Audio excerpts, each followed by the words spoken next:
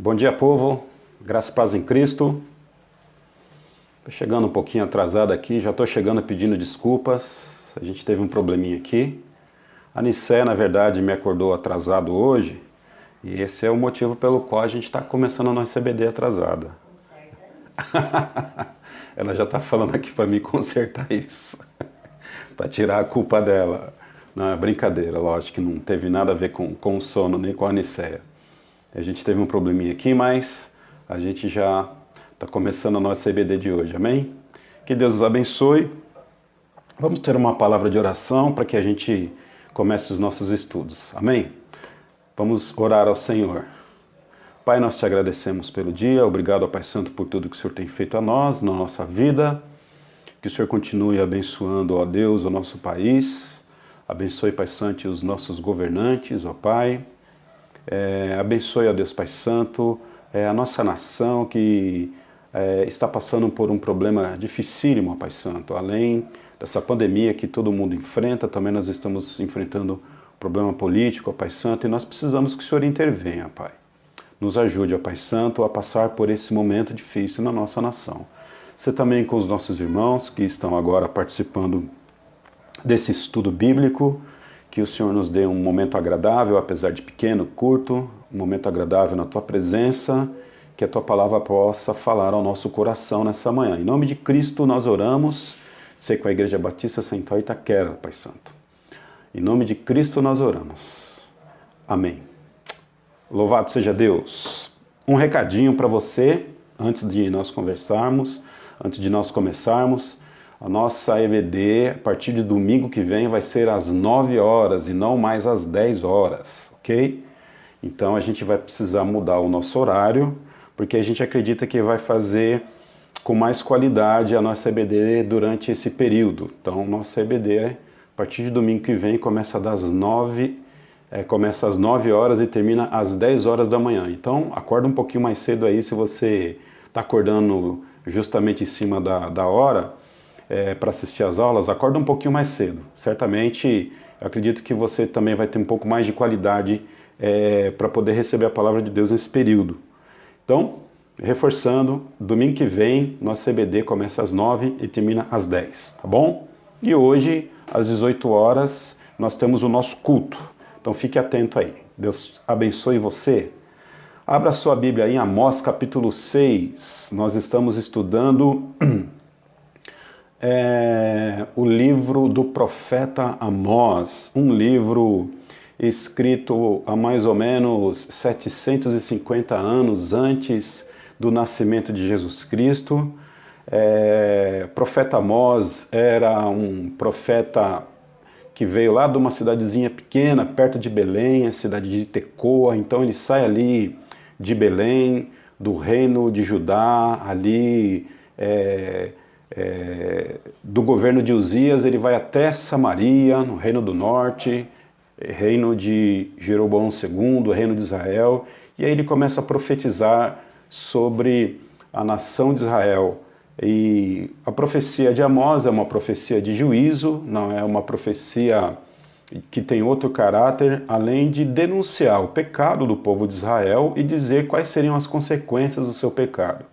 Especificamente, a gente entende pela própria profecia de Amós que a forma pela qual Deus puniria o pecado de Israel seria o exílio assírio, ou seja, a tomada dessas cidades pelo exército assírio, 30 anos depois. Então, Amós, entre o cumprimento da profecia de Amós e a profecia dele, propriamente dita, isso leva em torno de 28, 30 anos.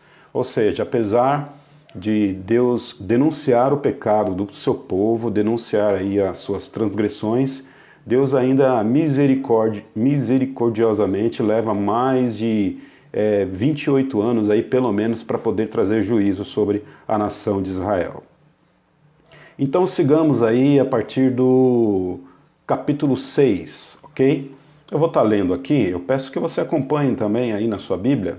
Eu vou estar lendo os 14 versículos do capítulo 6 da profecia de Amós e depois então nós vamos fazer aqui a exposição da palavra.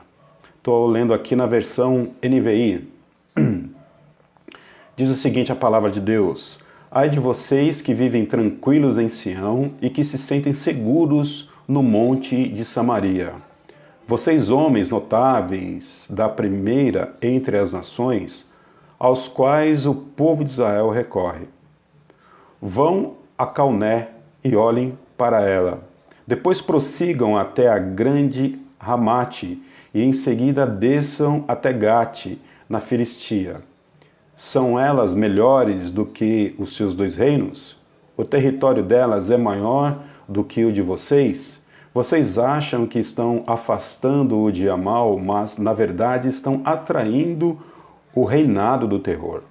Vocês se deitam em camas de marfim e se espreguiçam em seus sofás, comem os melhores cordeiros e os novilhos mais gordos, dedilham suas liras como Davi e improvisam em instrumentos musicais. Vocês bebem vinho em grandes taças, se ungem com os mais finos óleos, mas não se entristecem com a ruína de José. Por isso vocês estarão entre os primeiros a ir para o exílio, cessarão os banquetes dos que vivem no ócio. O Senhor, o soberano, jurou por si mesmo. Assim declara o Senhor, o Deus dos exércitos: eu detesto o orgulho de Jacó, e odeio os seus palácios, entregarei a cidade e tudo que nela existe. Verso 9. Se 10 homens forem deixados numa casa, também eles morrerão. E se um parente que tiver que queimar os corpos vier para tirá-los da casa e perguntar a alguém que ainda estiver escondido ali: há mais alguém com você? E a resposta for não, ele dirá: calado, não devemos sequer mencionar o nome do Senhor. Pois o Senhor deu ordem e ele despedaçará a grande casa e fará em pedacinhos a casa pequena. Verso 12. Acaso correm os cavalos sobre os rochedos? Poderá alguém ará-los com bois? Mas vocês transformaram o direito em veneno e o fruto da justiça em amargura. Vocês se regozijam pela conquista de Debir e dizem: acaso não conquistamos Canaim com a própria força? Verso 14, para finalizar. Palavra do Senhor, o Deus dos exércitos: farei vir uma nação contra você, ó nação de Israel, e ela oprimirá desde Lebo-Ramate até o vale de Arabá. Então a gente acabou de ler aqui o capítulo 6 do livro do profeta Amós.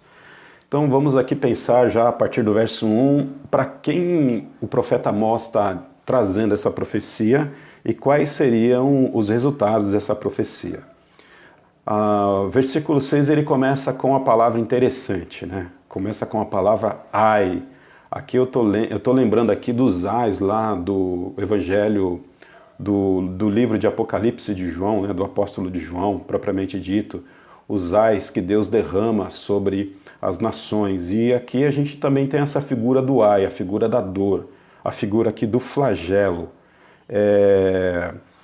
Uma expressão de que fato o juízo viria sobre a nação de Israel através aí de alguns ais. E esse ai aqui, perceba o seguinte: quando Amós começa o capítulo 6, ele não está trazendo uma fala direta ao povo de uma forma em geral. Ele está trazendo uma palavra especificamente, aqui a gente pode ver no verso 1, ele traz uma palavra diretamente aos líderes, a liderança de Israel e a liderança de Judá.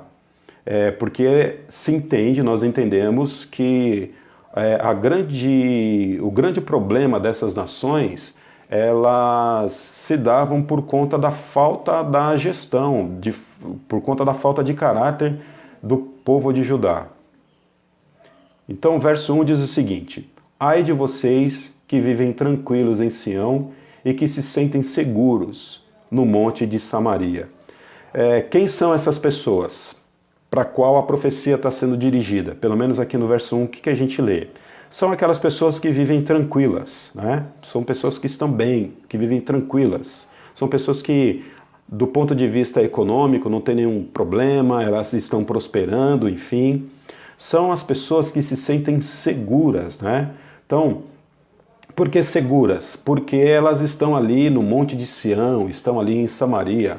Quando Davi ele toma a cidade de Sião, a gente vai lembrar que a cidade de Sião era uma cidade muito fortificada, conhecida pelos seus muros, conhecida pela sua fortificação. Assim também como Samaria. No decorrer da história a gente vai ver que Samaria também é uma cidade que começa a ser agora grandemente fortificada. E essas duas cidades, elas eram quase que intransponíveis. Sião e Samaria está representando necessariamente aqui o Reino do Norte, o Reino de Israel. Então a gente pode perceber que aquelas pessoas que estavam tranquilas, vivendo nas suas fortalezas, aqui a gente percebe uma referência um pouco mais direta a essa liderança. E quem são essas lideranças? O verso 1, lá no finalzinho vai dizer, eram homens notáveis, de primeira entre as nações, os quais o povo de Israel recorre. Então, esses homens notáveis que moravam em Sião, que moravam em Samaria, nessa região fortificada, esses mesmos homens, eles eram procurados por todo Israel. E eles estavam, pelo menos se julgavam como sendo aquelas pessoas que estavam em proeminência a todas as nações. Por isso que a gente vê aqui inferências que a gente pode de fato entender que a profecia de Amós agora se dá aos líderes, às pessoas que de fato estavam governando um povo. E a profecia sobre eles era uma profecia de Ai. E a gente agora percebe, a partir do verso 2, que o profeta Amós ele vai usar aqui uma ideia, uma figura. Ele pede para que esses líderes eles imaginem que eles estão num passeio, que eles vão fazer um turismo, para poder comparar a segurança que eles têm a partir da falta de segurança que tem as outras nações. Ou seja, é interessante a gente perceber, né, como que a palavra de Deus ela trabalha com figuras, com fator imaginário. Então a gente precisa tentar imaginar algumas coisas para que a gente possa compreender a natureza do reino de Deus. Algo parecido com o que Jesus fazia nas suas parábolas. Ele pedia para que o povo imaginasse algumas coisas do próprio campo para poder trazer as verdades do reino no seu coração. E aqui no verso 2, a gente percebe esse artifício de linguagem que Amós está trazendo para esses líderes. Pedem para que eles imaginem uma cena. E qual é essa cena? A cena de uma viagem. Vamos lá no verso 2 de novo? Vão a Calné e olhem para ela. Depois prossigam até a grande Ramate e em seguida desçam até Gate, na Filistia. Então, Amós está dizendo para os líderes de Samaria, para os líderes de Israel de uma forma geral, ele está dizendo o seguinte: olha, imaginem você agora entrando no ônibus, imaginem agora vocês indo até aquelas cidades. Lembra lá como é que está a situação de Calné? Depois dá uma paradinha, próxima parada, até a cidade de Ramate. Depois desçam um pouquinho e vão até Gate, né? Gate era a capital da Filistia, né? Ali em Gate que morava ali o povo filisteu, que era um povo totalmente contrário ao povo de Israel. Então Amós está usando desse recurso para poder fazer com que eles se transportassem até essas cidades e lá eles vissem como é que está a situação dessas cidades. E aí a gente precisa lembrar que na história nós vamos ver que essas 3 cidades, o que aconteceu com elas? Elas foram totalmente arruinadas. No século, há mais ou menos um século antes da profecia, essas cidades elas foram totalmente arruinadas pela própria invasão da Síria. A gente precisa entender o seguinte, que houveram pelo menos na história do povo de Israel 2 investidas da Síria sobre aquela região. Uma primeira menor, há 100 anos atrás da profecia de Amós, e depois, 30 anos depois da profecia de Amós, a gente tem uma invasão maior que foi o cativeiro propriamente dito. Mas antes da profecia de Amós se cumprir, com a chegada do exército assírio, A Assíria sempre estava causando algum tipo de confusão ali naquelas terras. Então a entrada da Síria, ela não se deu de forma pontual, mas foi um processo histórico que aconteceu. Então na primeira investida que a Síria dá na nação de Israel, essas 3 cidades aqui que o profeta Amós cita, Calné, Ramate, Gate na Filistia, elas são totalmente arruinadas pelo povo assírio. Então Amós está dizendo aqui aos seus líderes, dá uma olhadinha naquelas terras, dá uma olhadinha naquelas nações e percebam o que aconteceu com elas. E aí ele fecha com uma pergunta aqui no verso 2. São elas melhores do que os seus 2 reinos? O território delas é maior do que o de vocês? O que Amós está dizendo aqui para o povo, especificamente para os líderes, é o seguinte: da mesma forma que aquelas 3 cidades se jogavam cidades fortes, e elas agora estão em ruína, vai acontecer a mesma coisa com o Reino do Norte e com o Reino do Sul.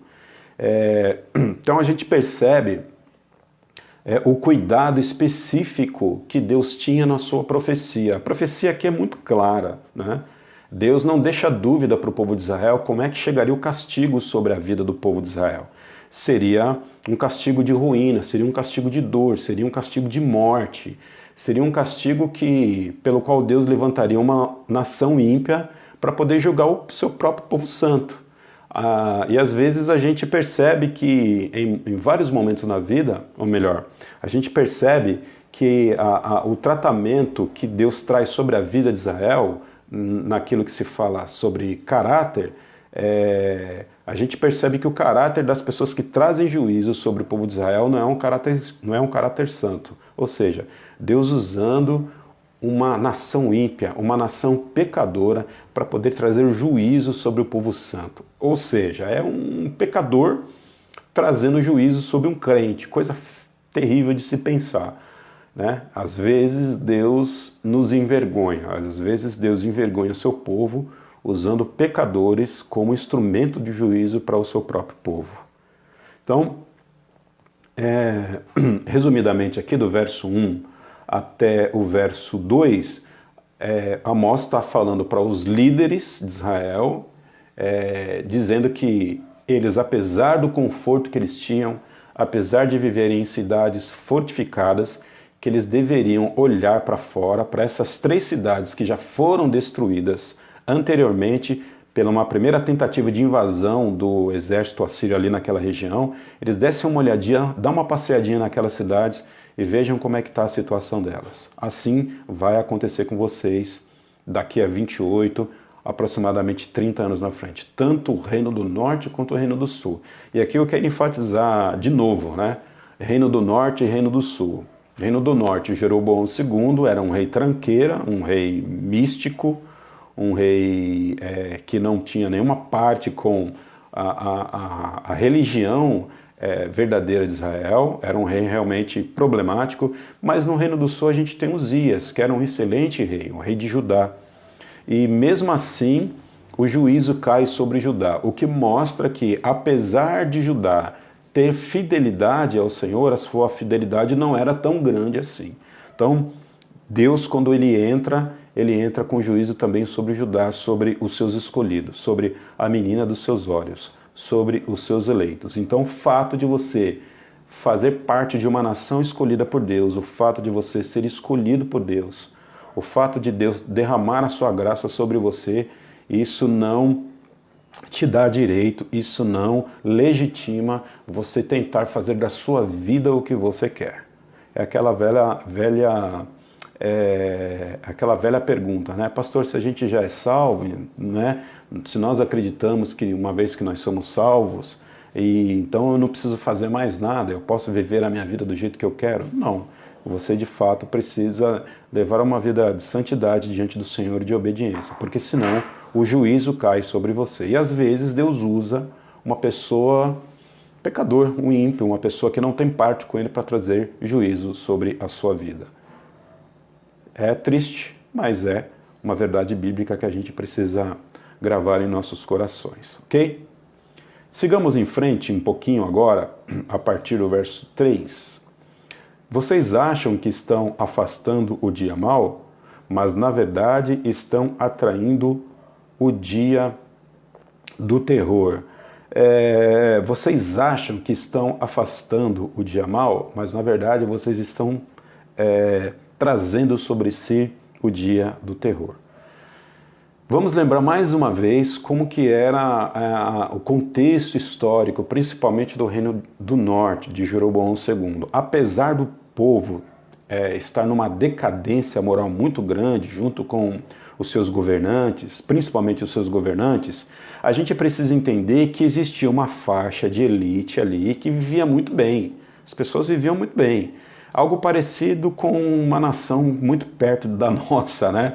A gente tem uma faixa de elite que vive muito bem, que ditam as leis, que ditam as regras, mas geralmente as suas leis, as suas regras, elas servem para benefício de si mesmo. Essas pessoas vivem totalmente protegidas, elas são inatingíveis. E existia essa faixa de pessoas na nação de Israel. E aí o profeta Amós, ele está justamente se referindo a essas pessoas, dizendo o seguinte: vocês acham que estão afastando o dia mau? Olha que interessante, a economia para essa elite prosperava, elas estavam vivendo em cidades fortificadas, e elas acreditavam na sua autossuficiência econômica, na sua autossuficiência. E aí eu lembro aqui, eu queria trazer um paralelo para os irmãos de uma situação que eu acredito que tem um paralelo muito grande e proveitoso para os nossos dias. Essas pessoas no tempo de Amós, elas estavam seguras de si mesmas, pelo seu próprio sistema, pela sua tecnologia, pela sua ciência, pela sua economia.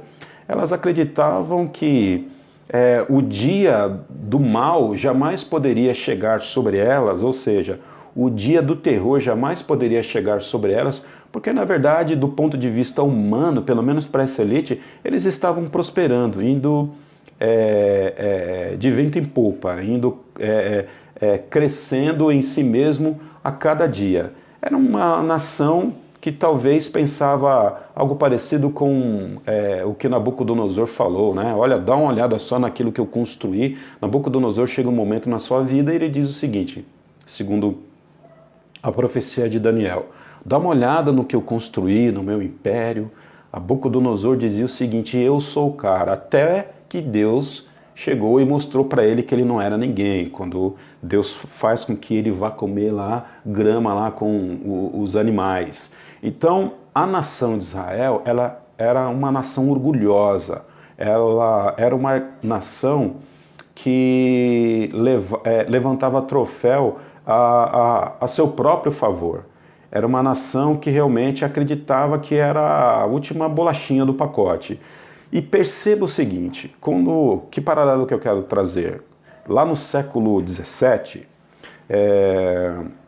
século XII, século XIII, a gente vai começar a perceber o advento do iluminismo, né? A época da razão, aquela coisa toda, onde os homens agora começam a se voltar para a intelectualidade. Aí a gente chega na Era Moderna, lá século XV, aí a modernidade com sua tecnologia, os homens com as suas caravelas, a ciência e a razão, a filosofia, o conhecimento humano, ele vai tomando uma proporção inimaginável na história, principalmente durante o tempo da modernidade. Eu acredito que começa um pouquinho lá com o iluminismo, século XII, XIII, mas a partir do século XVI, a modernidade ela vai trabalhar muito essas questões da razão, da ciência e da tecnologia. Chega uma hora que as pessoas começam a acreditar que elas não precisam mais de Deus. Então, o que é a modernidade? A modernidade, na verdade, ela é um período em que as pessoas estão começando a dizer o seguinte, que nós podemos viver com a nossa tecnologia, com a nossa ciência, com a nossa medicina, com a nossa economia, e a gente não precisa necessariamente dos favores de Deus. Então, não que essas pessoas não acreditem em Deus, elas até acreditam em Deus, mas elas acreditam o seguinte: olha, Deus nos fez, Deus, ele nos dotou de dons, de faculdades intelectuais, de forma que a gente não precisa recorrer a ele para poder viver a nossa própria vida. Então, a modernidade ela vai trazer esse aspecto de segurança, né? Esse orgulho. Hoje a gente vive um período depois da modernidade, que tem nomes aí como pós-modernidade, enfim, alta modernidade, em que é aquele momento que o homem olha para trás e diz o seguinte: olha, a nossa ciência, a nossa religião, a nossa economia, ela não vale de nada, porque afinal de contas a gente não melhorou tanto assim, e agora cada um vive do jeito que quer, pensa como quer, age como quer. Mas o que eu estou querendo trazer aqui para vocês é aquela ideia que já está no coração do homem, indiferente se é no tempo de Amós, indiferente se é na modernidade, aquela ideia que está no coração do homem de que em determinado momento na sua vida, dependendo da sua situação, ele pode acreditar que tudo aquilo que ele tem, tudo aquilo que está ao redor dele é a sua segurança. E por estar seguro diante dos seus bens, diante da sua saúde, por estar seguro diante das circunstâncias da vida, ele acredita que jamais o dia mau vai chegar na casa dele. Então é assim, é aquele dia em que tudo está bem, está tudo ótimo e está tudo maravilhoso. Aí você dá aquela respirada assim, né? E fala assim, puxa vida, tá tudo bem na minha vida. Eu acho que daqui para frente é só coisa boa e nada de ruim vai acontecer comigo, porque eu construí uma vida e eu trouxe tanta segurança para mim, para minha própria família, que nada vai acontecer na minha vida. Assim, eu tô com uma poupança gorda, tô com 3 carros bons na garagem, tô com a minha passagem comprada aqui para o exterior. Olha só o que eu criei, olha o que eu fiz através do meu trabalho, através do meu esforço, através do meu talento. É aquele sentimento que às vezes pode chegar no nosso coração se a gente não tomar cuidado. Era um sentimento parecido que tinha a elite de Israel, a elite de Judá. E Deus agora, no verso 3, está dizendo para eles o seguinte: não se baseiem nesse senso de segurança que vocês criaram. Não se baseiem nesse senso de segurança que vocês criaram. Porque o dia mau que vocês acreditam que não vai chegar, por conta desse falso senso de segurança que vocês criaram no seu coração, esse dia de fato chega. Agora vamos fazer uma aplicação aqui para a nossa vida, né? Para a nossa vida do hoje. Quem imaginaria que nós estaremos passando por um momento que a gente está passando hoje na nossa vida? A gente tem aí, nós vamos para as nossas faculdades, a gente vai para as nossas igrejas, a gente faz os nossos planejamentos, a gente calcula quanto que nós vamos economizar no mês, a gente programa as nossas viagens, a gente, enfim, né? A gente jamais acredita que uma coisa do tamanho da pandemia pudesse chegar na nossa porta. Eu lembro dos memes que a gente via no Facebook quando o Covid estava lá na China, né? Agora chegou aqui, agora os memes estão difíceis de aparecer, porque a gente não acredita, de fato, que essas coisas ruins vão chegar aqui. A gente acreditava que isso ia ficar lá na China, né? No máximo, alguns países da Europa. E chegou no Brasil, até onde eu estou sabendo, o Brasil está em 3º lugar no mundo com relação a essa crise pandêmica. Então a gente precisa realmente aprender com a profecia de Amós que a nossa segurança, ela não está nas coisas que a gente constrói, não está nas coisas que... não está na nossa ciência, na nossa economia, não está em tudo aquilo que a gente constrói. A nossa segurança, ela vem do Senhor, porque de um dia para a noite a gente percebe que o mundo quase ruiu. O mundo quase ruiu. A gente ainda não sabe o que vai acontecer pela frente, mas a gente percebe que o mundo quase ruiu. Então, do dia para a noite, toda a nossa segurança, tudo aquilo que a gente constrói, tudo aquilo que a gente acredita que é o nosso fundamento, é a nossa base, isso pode vir ao chão. Por isso que precisamos aprender com o povo de Israel, precisamos aprender com o povo de Judá, precisamos aprender com a profecia de Amós. A gente nunca pode dizer que o mal não vai chegar à nossa casa. A gente nunca pode dizer que aquilo que a gente constrói em torno de nós são as nossas fortalezas que vão nos proteger do dia mal. Porque basta Deus querer que o dia chega. Então a nossa segurança de fato ela tem que estar no Senhor. Não é no nosso dinheiro, não é na nossa economia, não é na nossa saúde. A nossa segurança tem que estar no Senhor. A segurança do povo aqui de Israel, a segurança do povo de Judá estavam nas suas economias, nas suas cidades fortificadas, estavam no seu dinheiro. E Deus está aqui dizendo para eles o seguinte: não se baseie nessa falsa segurança que vocês criaram, acreditando que o dia mau não vai chegar, porque vai chegar um dia mau para vocês. Na verdade, vocês estão atraindo um dia de terror. Sigamos no verso 4. Sigamos aqui no verso 4, 5 e 6, tá? Eu vou dar um saltinho aqui, verso 4, 5 e 6, para a gente passar por esses versículos aqui, porque acredito que eles fazem parte de um mesmo conjunto. Vocês se deitam em camas de marfim e se espreguiçam em seus sofás. Comem os melhores cordeiros e os novilhos mais gordos, dedilham suas liras como Davi e improvisam instrumentos musicais. Vocês bebem vinho em grandes taças e se ungem com os mais finos óleos, mas não se entristecem com a ruína de José. Então, Amós está aqui acusando luxo doméstico, por isso que a gente acredita, por isso que nós entendemos, e os estudiosos da Bíblia entendem conjuntamente, que a profecia no capítulo 6 ela é um pouco mais direcionada à liderança do povo de Israel, por conta que eles vivem em luxo doméstico, então não era todo o povo que vivia em luxo, né? Não era todo o povo que tinha abastança de comida, não era todo o povo que viviam com festas regadas de boa música, bebedeira. Era de fato uma parte elitizada, uma parte que estava corrompida ali. Então, como é que esses reis viviam? Ou melhor, como é que essas lideranças viviam? Verso 4, 5 e 6 vai dizer pra gente, olha o estilo de vida dessa turma. Qualquer semelhança não é mera coincidência.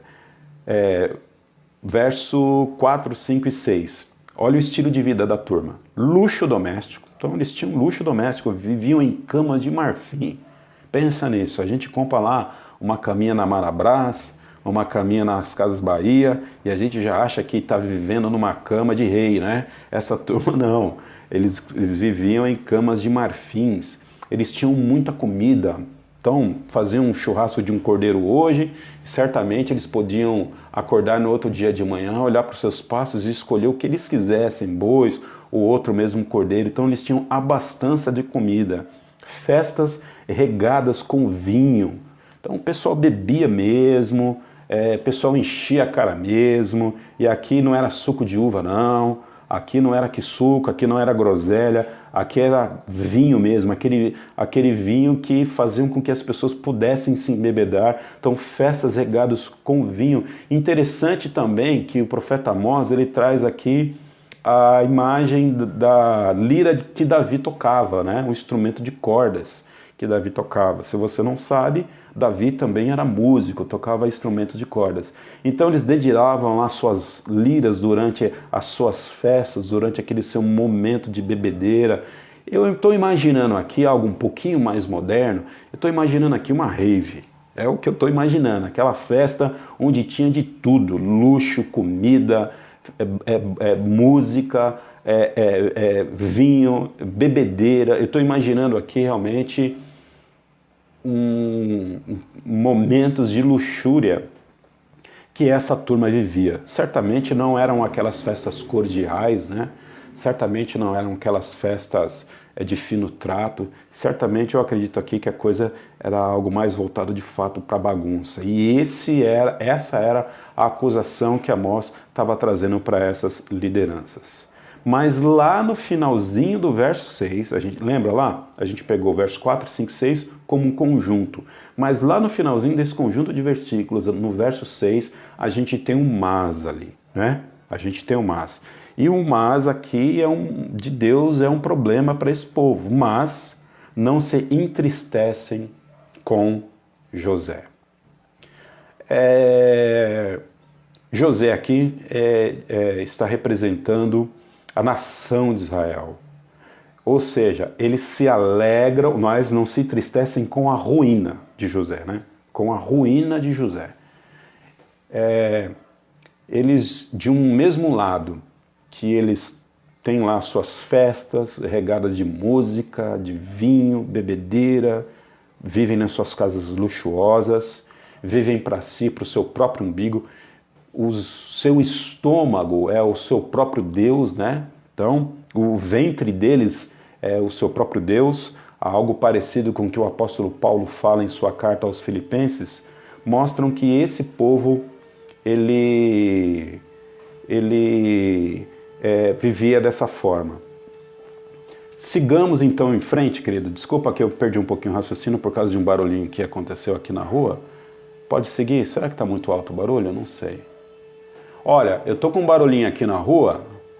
Se tiver muito alto, os irmãos me avisem, que aí depois a gente continua a EBD num outro momento. Mas eu vou seguir aqui. Eu vou aguardar o feeling de vocês aí, tá bom? Me respondam aí se o barulho está incomodando muito.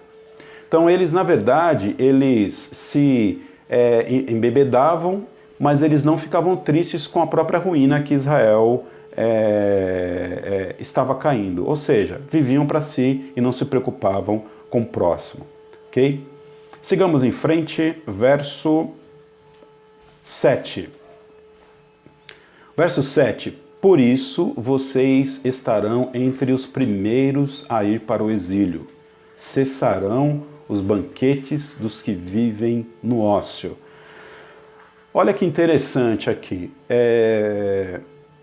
Deus está falando aqui para o povo de Israel, para o povo de Judá, de uma forma específica com relação ao castigo que cairia sobre a vida deles. Ele está falando aqui de exílio. Sim, meu bem. Pode ir? A Anicé falou que eu posso ir. Amém. Então Deus está dizendo o seguinte aqui para o povo: nós vamos, ou melhor, eu vou trazer para vocês o exílio. E todo esse banquete de vocês, toda essa bagunça, todo esse ócio que vocês vivem, eles vai cair por terra. Então, eu acredito que a principal lição que a gente tem aqui no verso 7 é dizer o seguinte, que Deus fala especificamente qual é o nosso pecado e também Deus fala especificamente como vai punir a gente por conta do nosso pecado. Então, Deus, ele é bem objetivo na sua palavra, Deus é bem claro, Deus é bem específico. Deus não deixa dúvida para o seu povo de como que ele vai agir e do porquê que ele vai agir. Às vezes a gente está passando por algumas situações e é muito comum a gente usar aquele clichê, né? A gente não sabe porque tudo isso está acontecendo. Será que a gente não sabe mesmo? Querido, será que a gente não sabe mesmo por que essa pandemia chegou? Será que a gente não sabe mesmo por que as nossas igrejas forçosamente foram trancadas as suas portas? Será que a gente não sabe mesmo? Será que a gente não sabe mesmo? Será que Deus não está querendo dizer o que para a gente? Ele está... será que é uma mensagem subliminar de Deus essa pandemia ou é uma mensagem direta? Eu acredito que é uma mensagem direta. Eu acredito que Deus está pedindo para que a gente se converta, inclusive crente mesmo, porque a gente entende que conversão é um processo, né? A gente às vezes negligencia um culto, negligencia uma comunhão, a gente negligencia tomar um cafezinho junto, orar junto, né?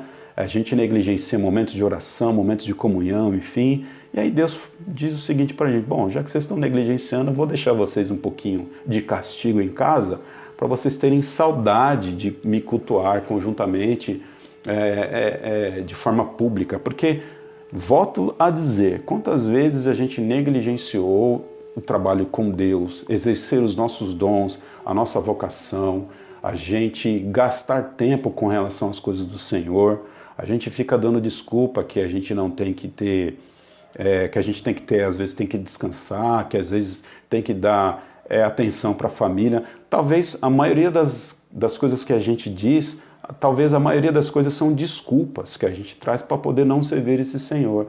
E eu acredito que agora Deus está dando para nós um pouquinho da dose daquilo que a gente sempre pediu para Ele. A gente queria descansar, não queria?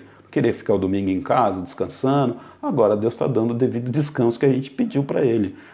Deus está dando o devido afastamento que a gente pediu para Ele. Às vezes a gente usa a rede social para se comunicar ou tentar se comunicar, mas a gente não tem coragem de conversar pessoalmente um com o outro, né? Às vezes a gente se esconde através dessas barreiras das mídias sociais para poder se conversar. E tal, eu penso que, dentre outras coisas, Deus está falando de forma clara para a gente. Vocês não queriam descansar? Agora eu estou dando um descansinho para vocês. Então eu penso que quando Deus fala de forma clara, de forma objetiva. Deus não manda em direta. Deus não manda em direta. Deus ele fala de forma direta. Então a gente precisa aprender com isso. Assim como o juízo que recairia sobre a nação de Israel seria um juízo específico, ou seja, o verso 7 diz o seguinte: por isso vocês estarão entre os primeiros aí para onde? Para o exílio. Olha de que forma específica que Amós está falando a natureza do castigo que recairia sobre Israel. Está falando de exílio, não está falando de outra coisa. Então não tinha dúvida na cabeça do povo e no coração do povo qual era o problema pelo qual eles iriam passar. A especificidade de Amós ela é clara. Então a gente precisa saber que quando Deus age e Deus fala, Deus age e Deus fala de forma clara. Deus não trabalha nas entrelinhas. Deus trabalha na luz e na clareza. Portanto, é importante que a gente aprenda também com a profecia de Amós acerca desse momento de pandemia que a gente está passando. Deus está falando de forma clara e cristalina. Não só a humanidade, mas também a sua igreja, a igreja de Jesus Cristo. A gente segue agora, verso 8. O Senhor, o soberano, jurou por si mesmo. Assim declara o Senhor, o Deus dos exércitos. Eu detesto o orgulho de Jacó e odeio seus palácios, entregarei a cidade e tudo o que nela existe. Terças e quintas a gente está estudando sobre a soberania de Deus e me recordo aqui que numa dessas lives ou dessas aulas a gente falou sobre Romanos capítulo 9. Lá em Romanos capítulo 9 a gente vê Paulo fazendo menção ao livro de Gênesis, onde Deus diz o seguinte: eu aborreci Esaú e amei Jacó antes mesmo deles terem nascido. A gente percebe ali o amor eletivo de Deus sobre Jacó. Deus escolheu Jacó. Aprove o Senhor amar a Jacó antes mesmo de Jacó ter nascido. E agora a gente percebe aqui que esse mesmo Deus que ama Jacó, aqui ele está detestando o orgulho de Jacó e os seus palácios. E ele entregaria esse mesmo Jacó ao luto e tudo aquilo que existia na cidade. Então, olha que interessante. O livro de Amós, eu penso que um dos principais ensinamentos da profecia é dizer o seguinte: apesar de vocês serem o meu povo escolhido, eu não vou alisar a cabeça de vocês, eu vou trazer juízo sobre vocês. Então não pense em vocês, porque vocês são o meu povo escolhido, que eu não vou olhar o pecado de vocês, eu vou pôr a mão em vocês, e muito pelo contrário, eu vou pôr a minha mão mais dura sobre vocês do que as próprias nações que estão no entorno. Deus não alisa, querido, pecado de crente. Então, acreditar que Deus é bonzinho, por ele ser bonzinho, ele vai passar a mão na cabeça de crente que peca. Não vai, Deus vai pôr a mão e vai pôr a mão de forma dura e vai envergonhar. Deus envergonha crente. Sabe como? Vamos olhar aqui a profecia de Amós. Ele pega uma pessoa que é ímpia, uma pessoa que não tem nada a ver com ele, uma pessoa para envergonhar um camarada que é crente em desobediência. Então, assim, se você é crente, como eu acredito que como eu também sou crente, se a gente dormir, se a gente não tomar cuidado, em cima daquilo que a gente às vezes fala, em cima do nosso testemunho, Deus vai levantar um camarada, talvez um vizinho seu, talvez uma pessoa que, um vizinho não crente seu, talvez uma pessoa que não tem nada a ver com Deus, para poder envergonhar você. É o que a palavra de Deus fala para nós aqui no livro de Amós. Então a gente não pode brincar com o pecado. A gente não pode achar normal. Eu vou aqui dizer de novo do palavrão, ok? A gente percebe, estou vendo um monte de crente levantando bandeira dizendo que palavrão é a coisa mais linda do mundo porque o presidente falou palavrão. Sabe, uma coisa é o camarada falar palavrão, outra coisa é a gente endossar esse troço aí. Palavrão é pecado, a palavra de Deus diz que não saia da vossa boca nenhuma palavra torpe, a não ser aquela que for boa para a edificação do corpo. Efésios capítulo 4, verso 29. Aí vai lá o nosso presidente, honorário presidente, fala palavrão e tem um monte de crente levantando bandeira, justificando a falta de caráter do nosso presidente. Eu não estou aqui falando de política. Eu estou aqui me apropriando dessa imagem política para dizer que tem muito crente que está achando que é normal falar palavrão, defender palavrão em rede social, achar que isso é a coisa mais bonita e mais maravilhosa do mundo. E não é, isso é pecado. E aí às vezes a gente percebe que Deus levanta pessoas que não têm nada a ver com Deus, dizendo o seguinte: olha, você que é crente, você defende arminha, você que é crente, você defende palavrão, ou seja, é a gente passando vergonha em cima da justiça de pessoas que não têm nada a ver com Deus. Né? Volto a dizer aqui, não estou aqui defendendo política, eu estou aqui pegando de uma imagem nossa para poder fazer uma aplicação a esse momento que a gente está passando. Então, se a gente não tomar cuidado, Deus levanta nações inimigas, Deus levanta pessoas que não têm parte com Ele para trazer vergonha sobre nós. Aí não adianta a gente tentar profetizar que a gente é cabeça, que a gente não é cauda e que a gente não admite que a gente determina nada. Não determina nada. Aí é a hora realmente da gente passar vergonha. Nos associarmos com o mal, nos associarmos com negócios não legítimos, nos associar com falcatruas, isso faz com que o juízo de Deus recaia sobre nós.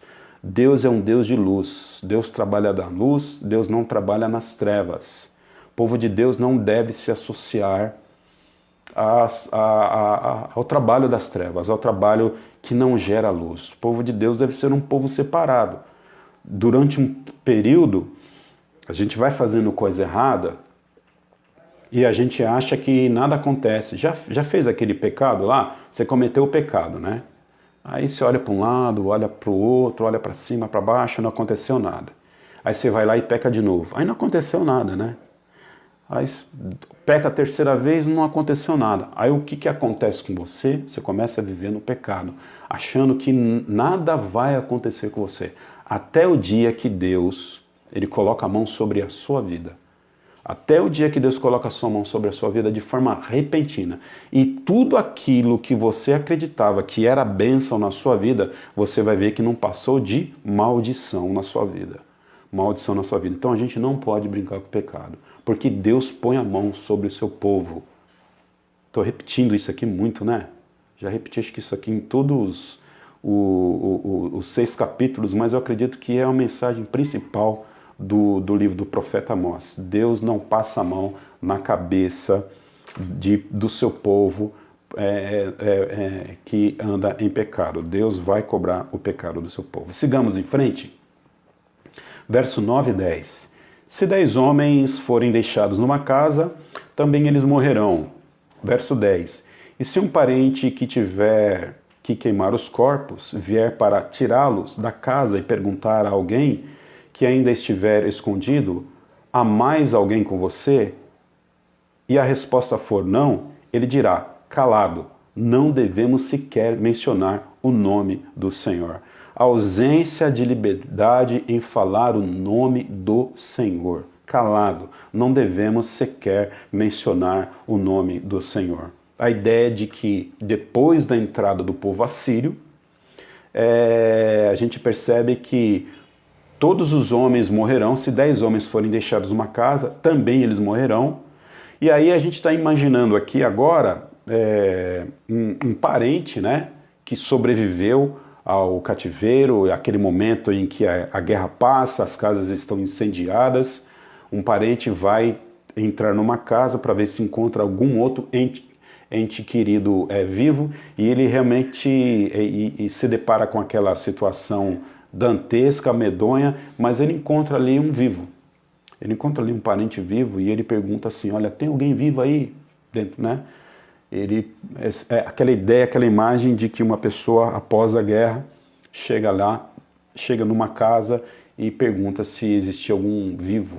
A pessoa procurando pessoas para saber se existia alguém ali respirando que talvez pudesse com algum tipo de ajuda restabelecer a sua saúde.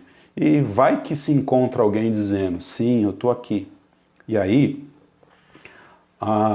essa pessoa que está bem, que está procurando o seu ente querido ferido, diz o seguinte, olha, fala baixo, porque pode ter algum soldado assírio aqui em volta, e não fale no nome do Senhor. Fale baixo, não fale no nome do Senhor, se você quiser viver. Terrível isso, né? Olha que legal. A gente, apesar de todos os problemas aqui no nosso país, a gente pode falar no nome do Senhor. E não precisamos falar baixo, né? Às vezes a gente faz até barulho demais. Mas eu fico imaginando uma situação em que nós sejamos proibidos de falar no nome do Senhor. Países hoje estão com suas portas fechadas para falar no nome de Cristo. China é uma delas. A China é um país em que você não pode fazer uma live do jeito que eu estou fazendo aqui. Não sei se você sabe, mas a China, aquela que prospera economicamente hoje, é um país fechado para o Evangelho de Jesus Cristo, assim como a Coreia do Norte e outros países. Então, a falta de liberdade em falar o nome do Senhor, mesmo em tempo de angústia. Então, não basta, olha só o nível do castigo do Senhor. Não basta só levar o povo cativo. Não basta só destruir a cidade. Agora vocês estão, assim, de alguma forma, proibidos de falar do meu nome. Porque se falar do meu nome, certamente vocês podem perder a vida por conta disso. Graças a Deus que não é o nosso caso. É o caso aí do povo de Israel. Sigamos mais à frente, verso 11. Mais à frente, verso 11. Pois o Senhor deu ordem, e ele despedaçará a casa grande, e fará em pedacinhos a casa pequena, né?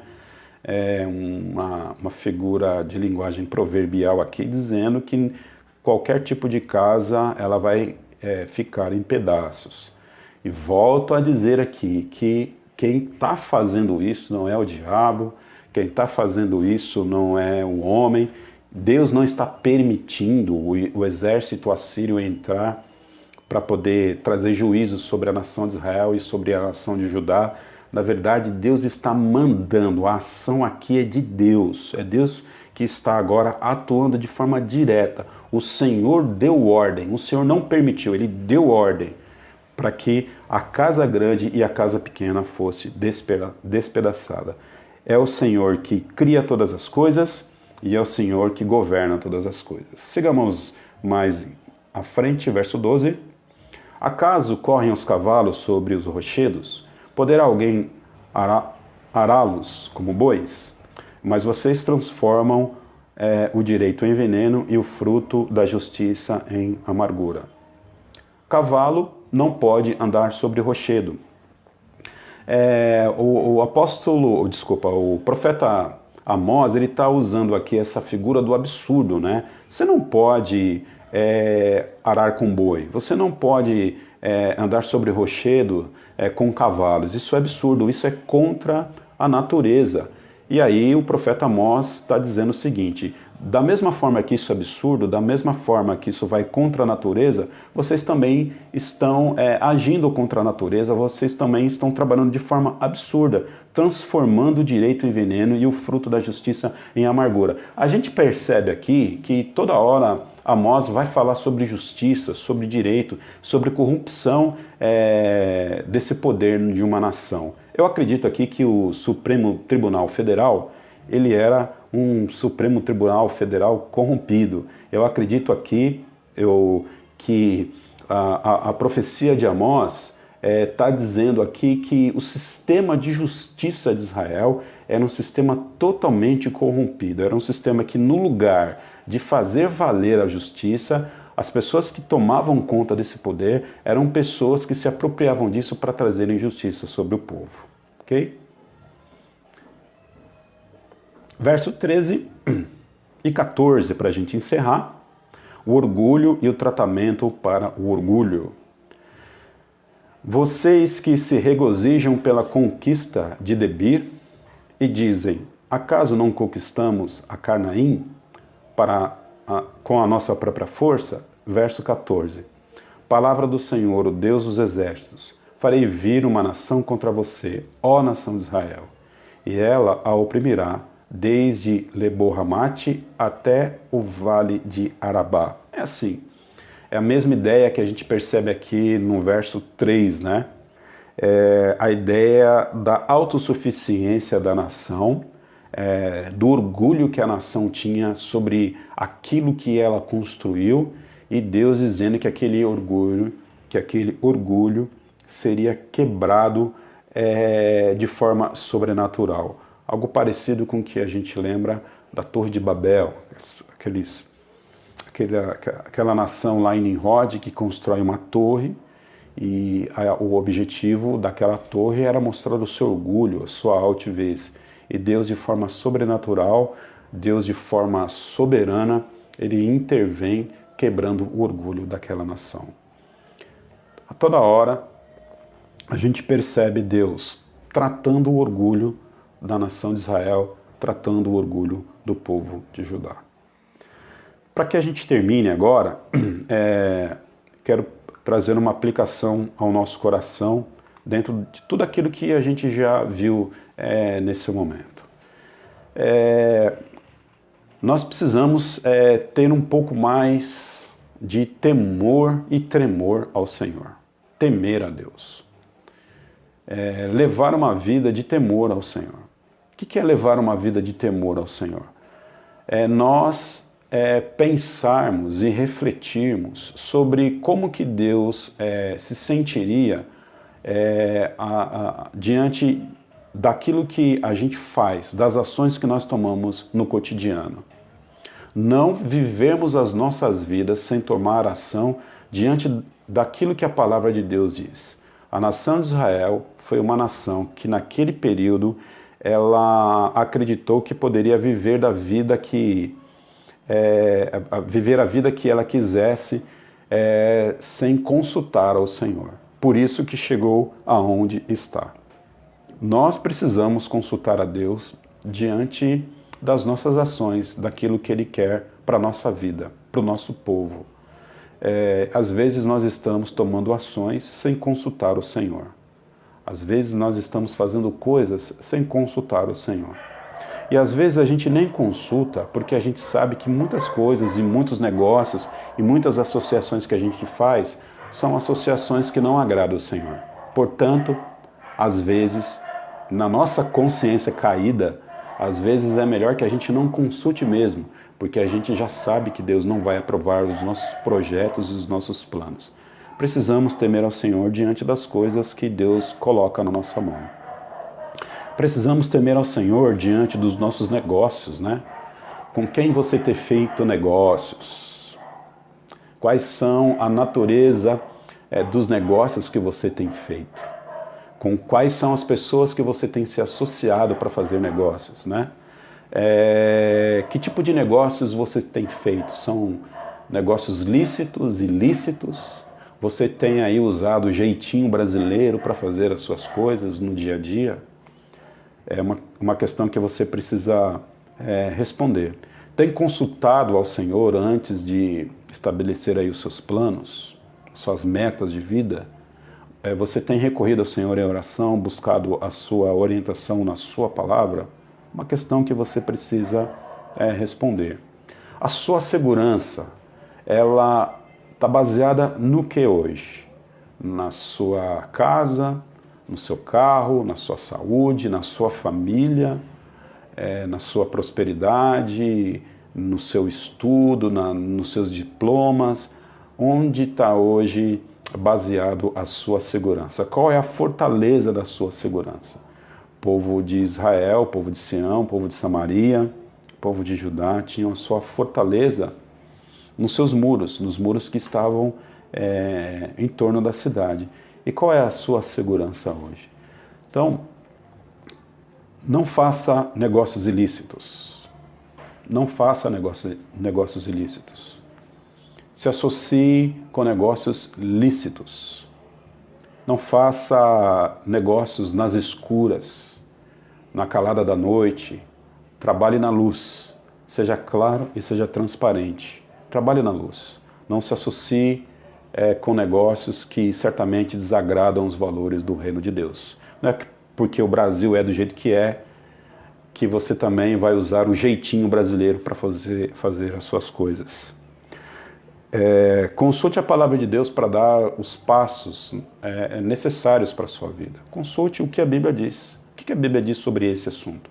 O que a Bíblia diz sobre namoro, sobre casamento, sobre abrir e fechar empresa? O que a Bíblia diz sobre igreja, como conduzir uma igreja? O que a Bíblia fala sobre o meu papel na igreja do Senhor Jesus Cristo, o exercício dos meus dons? Então, antes de você estabelecer aí um plano, consulte ao Senhor. Consulte ao Senhor para que o Senhor dê graça sobre a sua vida. E saiba, Deus não vai passar a mão na sua cabeça, nem na minha cabeça, diante daquilo que a gente conhece como pecado na Bíblia. Apesar de sermos os seus eleitos, os seus escolhidos, a raça eleita de Deus, o povo pelo qual Deus derramou o seu amor, isso não nos isenta de punição, de castigo do Senhor. Amém? Que Deus nos abençoe. Vamos orar nesse instante. Certo, Sé? A Necé está dizendo que está certo, então vamos orar. Então a gente volta com as nossas EBDs no próximo domingo às 9 da manhã, tá bom? Então a gente vai mudar aqui o nosso horário. A nossa EBD vai ser das 9 às 10. E hoje, às 18 horas, nós temos o nosso culto. Que Deus abençoe a sua vida ricamente. Vamos orar. Obrigado, Pai, por esse instante que o Senhor nos dá. Em nome de Cristo, nós te agradecemos por tudo. Que o Senhor continue conduzindo os nossos corações durante o estudo da Tua Palavra, especificamente aqui o estudo do profeta Amós. Se conosco, ó Pai, nos dá um bom momento com a família hoje e o culto logo mais às 18. Em nome de Cristo nós oramos, Pai. Amém, Jesus. Que Deus nos abençoe.